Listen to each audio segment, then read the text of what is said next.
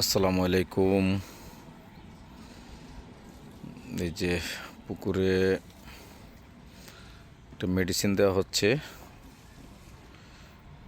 এটা মূলত হচ্ছে পানি পরিষ্কার রাখার জন্য, পানিকে হেলদি রাখার জন্য এবং পুকুরে প্রাকৃতিক খাবার তৈরি করার জন্য।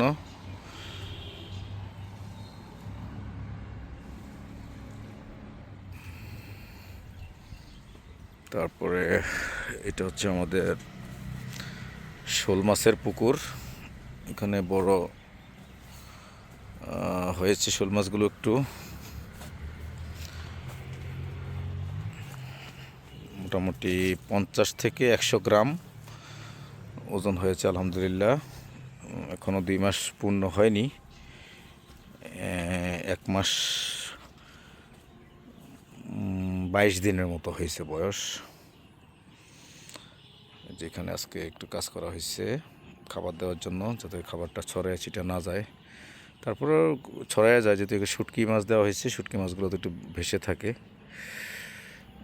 পানির কালারটা মোটামুটি ঠিক আছে। পানিতে প্রচুর পরিমাণে জু প্লাঙ্কটন, ফাইটোফা প্লাঙ্কটন এগুলো হয়েছে।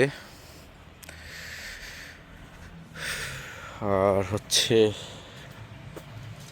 আমাদের বড় পুকুর, সেখানে তো খামার আছে উপরে। তো খামারগুলো আমরা একবারে সাইডে করেছি, পুকুরটা পুরোটাই ওপেন আছে।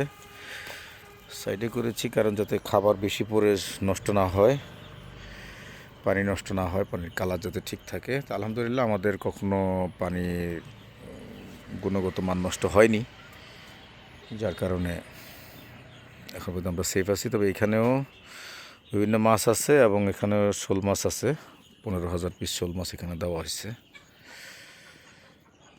তো দোয়া করবেন সবাই। আল্লাহ হাফিজ।